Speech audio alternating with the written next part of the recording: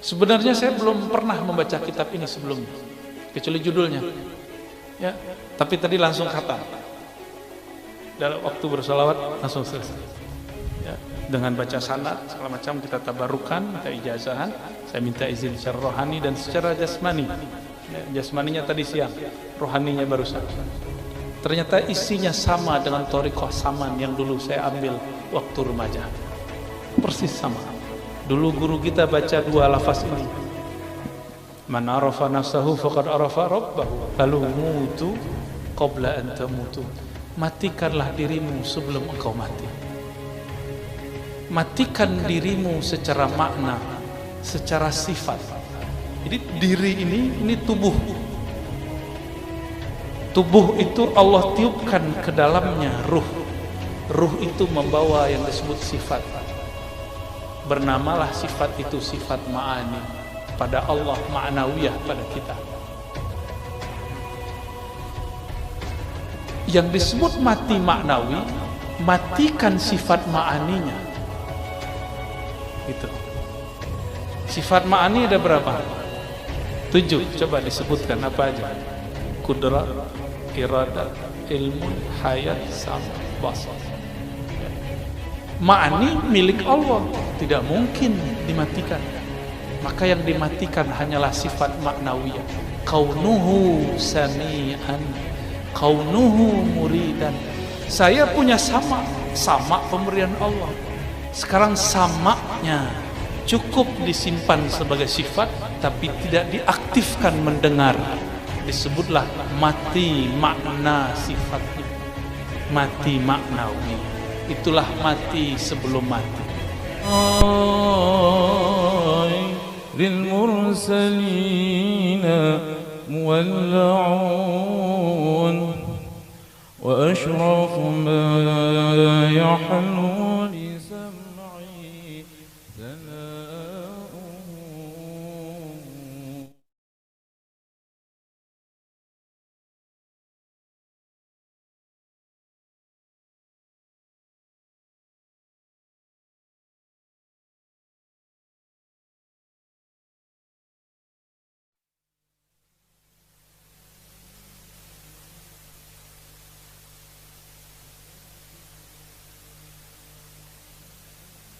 تجري دماؤهم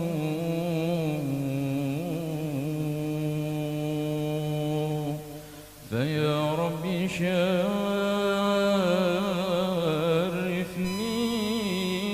برؤية سيدي فيا ربي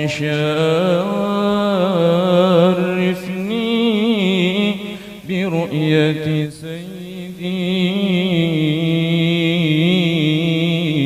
وأجل صدى القلب الكثير صداؤه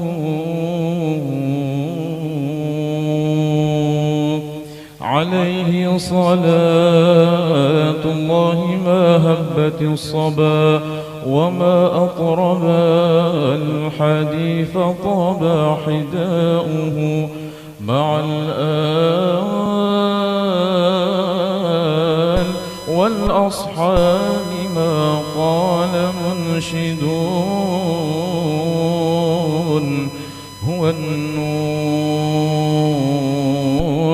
يهدي الحائرين ضياء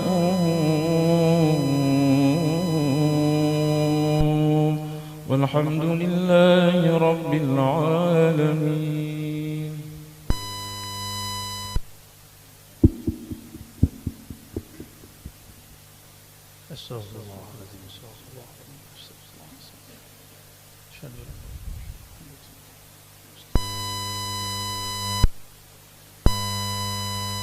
السلام عليكم ورحمة الله وبركاته.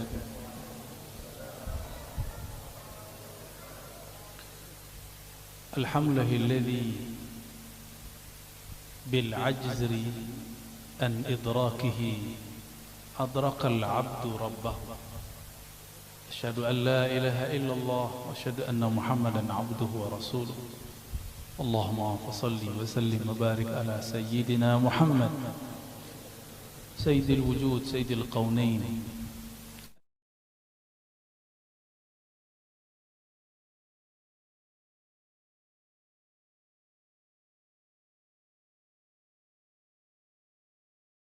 Iradahnya kita diizinkan berkumpul malam ini, dan rasa syukur tidak sempurna kecuali bersyukur kepada makhluknya, dan makhluk yang paling pantas kita syukuri adalah Sayyidina Muhammad sallallahu alaihi wasallam, dan tentunya guru-guru kita.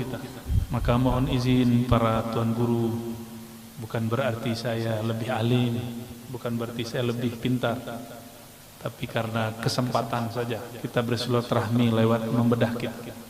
Mohon izin para guru, para habaib, para masyayikh untuk membuka kitab beliau. Tadi siang saya mengambil sanad ke guru Wildan lagi, dan sudah minta izin menggunakan sanad beliau dan guru-guru lain bersambung kepada Syekh Muhammad Arsyad Datuk Kalampaya. Kitab ini diriwayatkan oleh guru-guru kita dari banyak jalur. Ada jalur orang Banjar, ada jalur orang Banten, ada juga jalur orang Arab. Nah, kita pakai satu jalur dulu, jalur yang saya ingat saja. Guru kita, Guru Wildan, Guru Sya'rani, dan guru-guru yang lain bersanad kepada Syekh Muhammad Yasin Al-Fadani. Syekh Muhammad Yasin Al-Fadani mengambil sanad daripada Syekh Muhammad Arsyad At-Tawil Al-Bantani, yang kemudian dibuang oleh Belanda karena beliau berjuang ke Sulawesi. Saya tidak tahu di Manado atau di bagian mana. Syekh Muhammad Arsyad, namanya Arsyad juga, At-Tawil Al-Bantani, langsung mengambil dari Syekh Nawawi Al-Bantani. Syekh Nawawi Al-Bantani langsung mengambil dari Datuk Kalampayan Syekh Muhammad Arsyad atau Sayyid Ja'far Al-Banjari. Ya, untuk mereka semua kita bacakan surah Al-Fatihah. A'udzubillahi minasyaitonir rajim.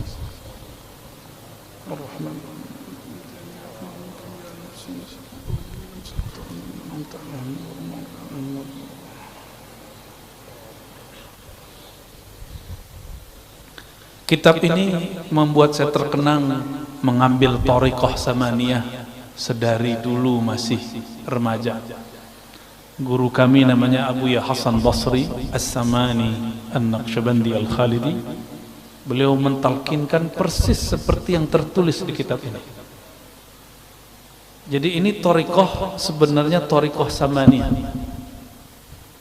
yang mungkin tidak semua orang mendapatkan sanad talqinnya. Jadi ini tidak boleh diamalkan kalau tidak ditalkin. Nah, ini syarat ya. Syarat kepada orang yang ingin mengamalkan kitab ini mesti mendapatkan talqin dari gurunya, mursyidnya. Apa syarat mursyidnya? Kana wasilan mausulan ila Allah tabaraka wa taala. Dia juga telah wusul ke hadirat Allah Subhanahu wa taala. Kita mulai baca wa bisanadina ila Syekh Sayyid Ja'far Muhammad Arsyad Al-Banjari Al-Mulaqab Bidatuk Kalampayan, Imamul Banjariyin wal Jawiyin wa Imamu Al-Funun Al-Muta'addida, ilmi al-aqidah wa ilmi al-fiqh wa ilmi tasawuf. Qal Bismillahirrahmanirrahim. Beliau berkata, ya, sabda Nabi SAW, man arafa nafsahu faqad arafa Rabbahu. Sudah biasa dengar ya? Tapi kita lihat cara beliau mengartikan. Walaupun kita sudah tahu artinya, tapi kita ingin dapat berkah. Bagaimana cara Datuk Kalampayan menerjemahkan ini? Apa kata beliau? Artinya, barang siapa mengenal ia akan dirinya, niscaya, niscaya itu pasti, niscaya mengenal ia akan Tuhannya.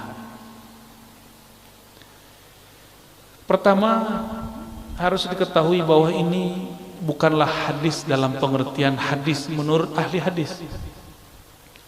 Ini hadis-hadis ma'rifat, didapat oleh wali-wali Allah ketika rohani mereka liqa dengan Nabi Muhammad sallallahu alaihi wasallam. Mohon maaf, inilah perbedaan ulama wali-wali Allah para sufi dengan ahli hadis. Mereka juga sebagian wali Allah. Ahli hadis, ilmunya jika tidak didengar oleh telinga maka tidak disebut hadis. Apalagi sosoknya secara fisik sudah wafat, jika ada kalam darinya itu bukanlah hadis. Tapi bagi ahlullah dari kalangan sufi, wali-wali Allah, jika ada seorang kekasihnya bertemu ruhaniyah Rasulullah, karena dalam hadis Nabi riwayat Bukhari, Muslim, Abu Daud, Tirmizi, man ra'ani fil manam faqad ra'al haqq, yang bertemu aku dalam tidurnya dia benar-benar bertemu akan aku. Man ra'ani fil manam fasayarani yaqza, orang yang bertemu aku dia akan bertemu denganku. Yang bertemu aku dalam mimpi akan bertemu aku dalam keadaan jaga. Berdasarkan hadis ini, ahli hadis tugasnya hanya sampai mengatakan hadis ini sahih, selesai. Tapi makna hadis ini yang meneruskan adalah ahli-ahli tasawuf, guru-guru kita, masyayikh-masyayikh kita. Apa kata mereka? Kalau kita mimpi bertemu Rasulullah secara rohani ataupun secara jaga, bagi mereka itu disebut juga hadis. Inilah yang nggak ketemu. Makanya sampai sekarang ahli hadis yang umum mengatakan di kitab tasawuf banyak hadis palsu. Karena ahli tasawuf kalau bertemu rohani Rasulullah itu tetap disebut hadis, karena Nabi dianggap tidak pernah mati secara rohani, hanya berpisah ruh dengan badannya. Jadi wajar guru-guru ini bakal dianggap sebagai halu. Tahu halu ya? Dianggap nanti sebagai penyebar hadis palsu. Bukan, kita nggak pernah mau memalsukan hadis Nabi. Berani menolak mimpi bertemu Rasul sallallahu alaihi wasallam, berani. Saya dikritik seseorang, apa kata dia? Tidak boleh cerita mimpi Nabi di depan orang. Saya tanya balik, mana dalil yang melarang mimpi diceritakan kepada orang? Justru hadis Imam Bukhari, mimpi diceritakan kepada orang, tapi orangnya yang ahli. Orangnya yang ahli, li'arifin, orang yang arif.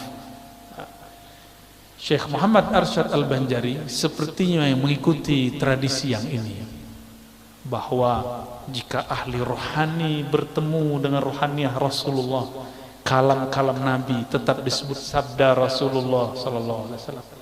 Inilah yang membuat kenapa ahli hadis, ahli tasawuf dulu seling bertengkar sampai sekarang. Untungnya guru-guru kita juga ahli hadis, juga ahli tasawuf. Itu untungnya.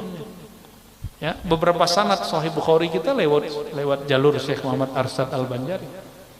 Ya. Baik. Bermula hakikat mengenal diri itu 3 perkara, kata beliau. Jadi cara mengenal diri itu ada 3. Yang pertama, mengenal asal kejadian diri. Nah, ini langsung diputus. Kalau kita biasanya asal kejadian diri dari tanah, gitu ya. Oleh Datuk Kelampayan langsung dipotong. Asal kejadian diri dari Nur Muhammad sallallahu alaihi wasallam. Nur itu makhluk. Cahaya itu kemudian dizahirkan Allah menjadi 4 anasir. Ada tanah, ada api, ada air, ada udara. Hatta jin dan iblis pun tercipta dari nurnya Nabi Muhammad sallallahu alaihi wasallam. Namun nur yang mananya? Nah, ini yang jadi rahasia. Di dalam kitab Daqaiqul Akhbar, dulu saya mengatakan ini kitab kumpulan hadis palsu. Ternyata di dalamnya ada beberapa asrar-asrar ma'rifat yang disembunyikan para ulama di dalamnya. Mulailah kita sadar, tidak boleh menghina apa saja. Orang pemaksiat pun kita tidak hina, apalagi kitab yang dikarang oleh para ulama. Ya. Di Daqaiqul Akhbar disebutkan di alam ruh, di saat seseorang memandang kepada Rasulullah, jika dia memandang kepada kepala Rasul, maka dia nanti di bumi akan jadi pemimpin. Jika dia memandang dadanya Rasul, dia nanti jadi apa? Mandang tangannya Rasul, nanti jadi apa? Sudah disebut. Maka semua pekerjaan kita ini itu hanya ulangan dari apa yang kita pandang dulu di alam ruh. Saya duduk di sini, guru-guru ada di sini, jamaah ada di depan. Semuanya menunjukkan apa yang dulu pernah kita lakukan di sana. Cuma mengulang. Bedanya dulu ruh itu tidak laki, tidak perempuan. Sekarang kita jadi laki, bukan perempuan. Ada yang perempuan, tidak laki-laki. Jadi bagaimana cara mengenal diri yang pertama?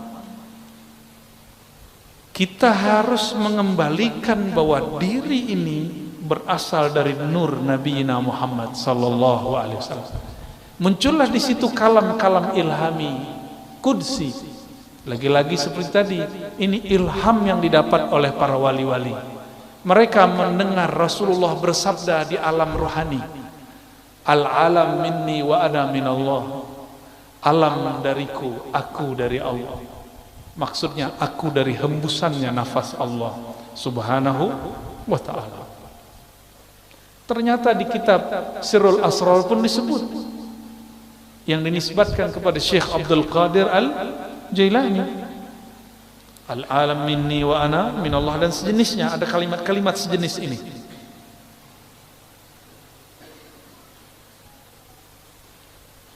Seperti sabda Nabi sallallahu alaihi wasallam. Kedua, menyatakan dirinya dahulu daripada mati.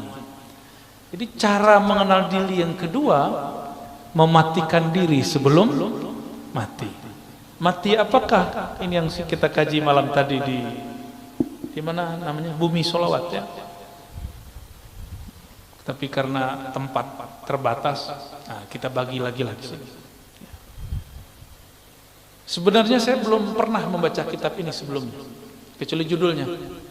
Ya, tapi tadi langsung khatam. Dalam waktu bersalawat langsung selesai. Ya, dengan baca sanad segala macam kita tabarukan, kita ijazahan. Saya minta izin secara rohani dan secara jasmani. Ya, jasmaninya tadi siang, rohaninya barusan. Ternyata isinya sama dengan thariqah saman yang dulu saya ambil waktu remaja. Persis sama. Dulu guru kita baca dua lafaz ini. Man arafa nafsahu faqad arafa rabbahu. Lalu mutu qabla an tamutu. Matikanlah dirimu sebelum engkau mati. Matikan dirimu secara makna, secara sifat. Jadi diri ini tubuh.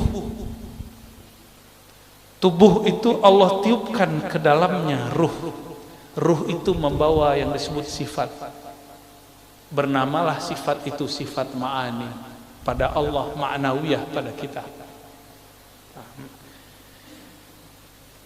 Yang disebut mati maknawi, matikan sifat ma'aninya. Gitu. Sifat ma'ani ada berapa? 7. Coba disebutkan apa aja?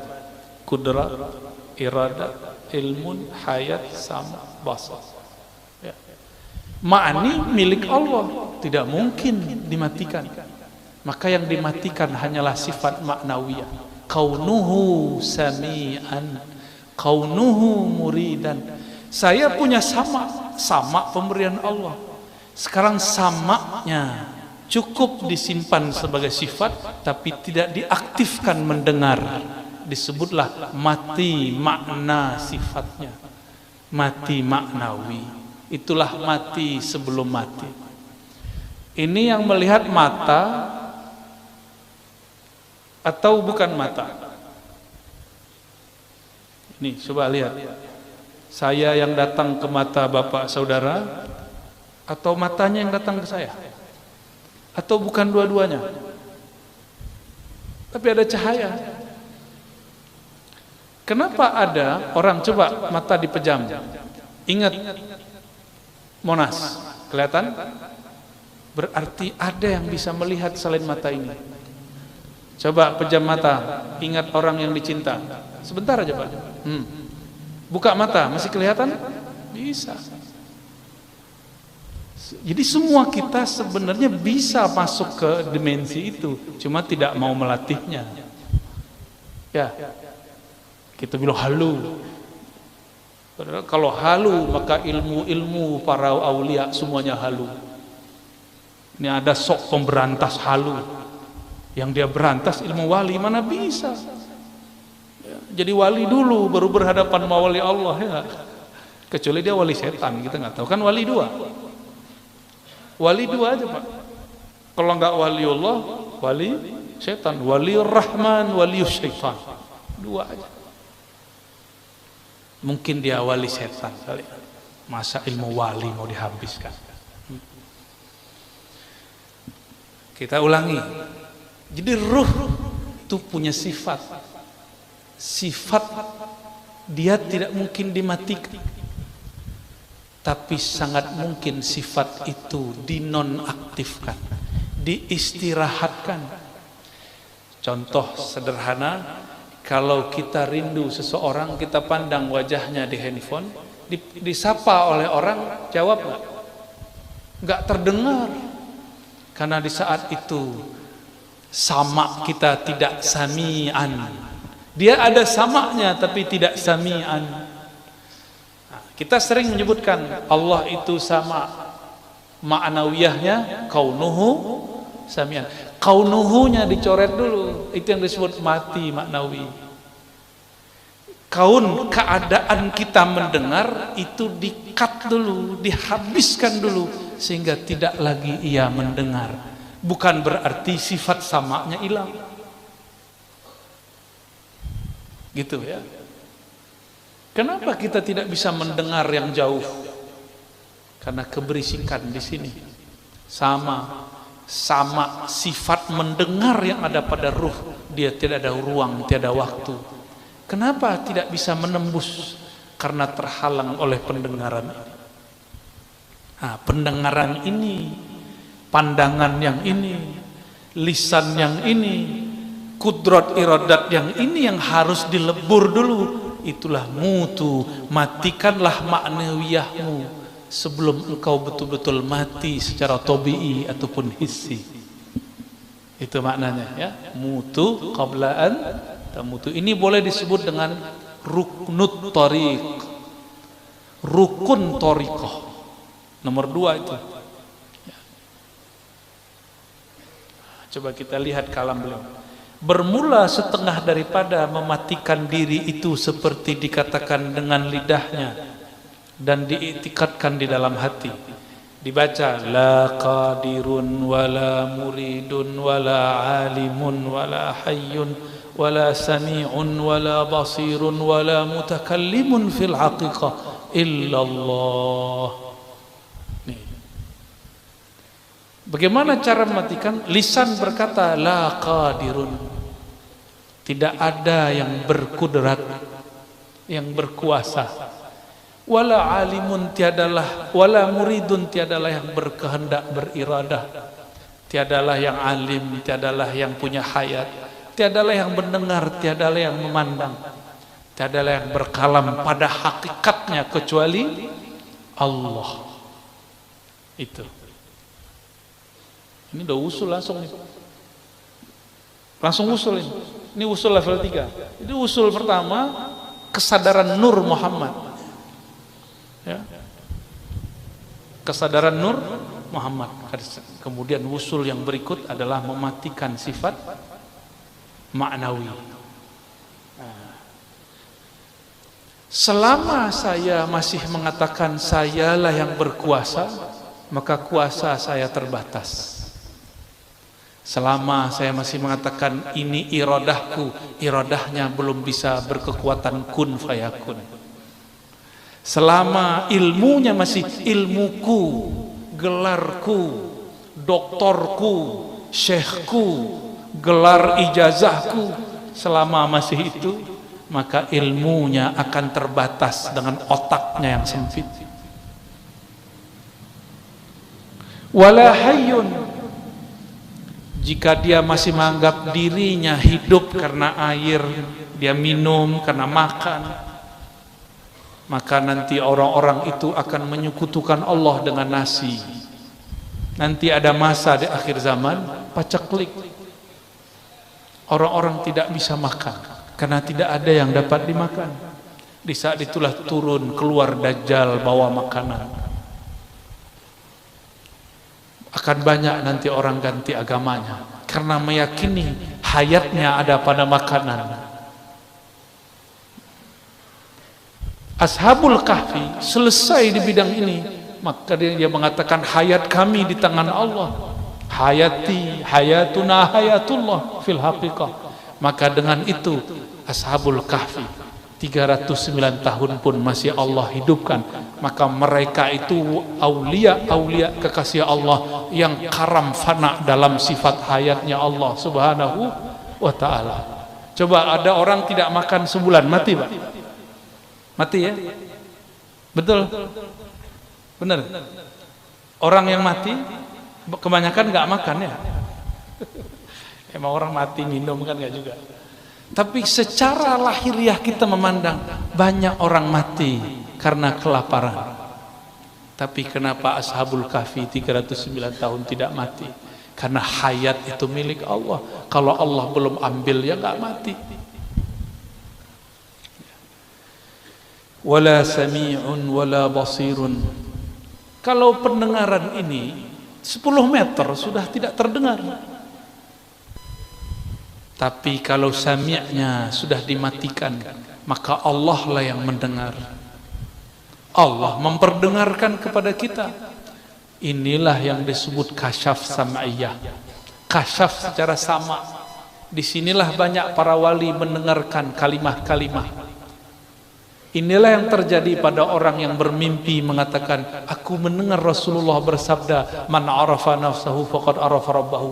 Dicarilah oleh ahli hadis, di mana ini hadis? Tidak ditemukan di kitab hadis manapun.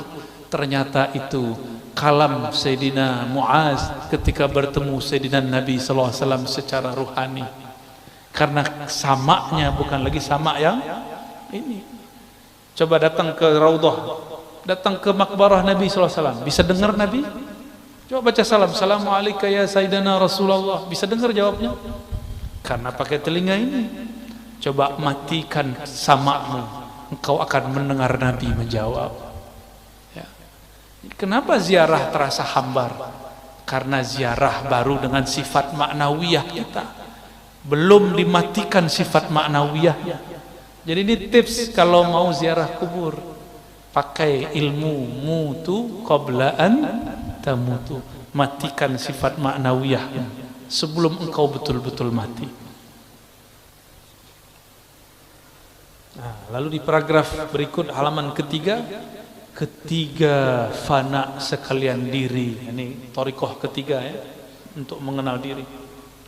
Ketiga fana sekalian diri itu di dalam kudrat Allah dan iradat Allah dan ilmu Allah, seperti firman Allah, kullu syai'in halikun illa wajhah.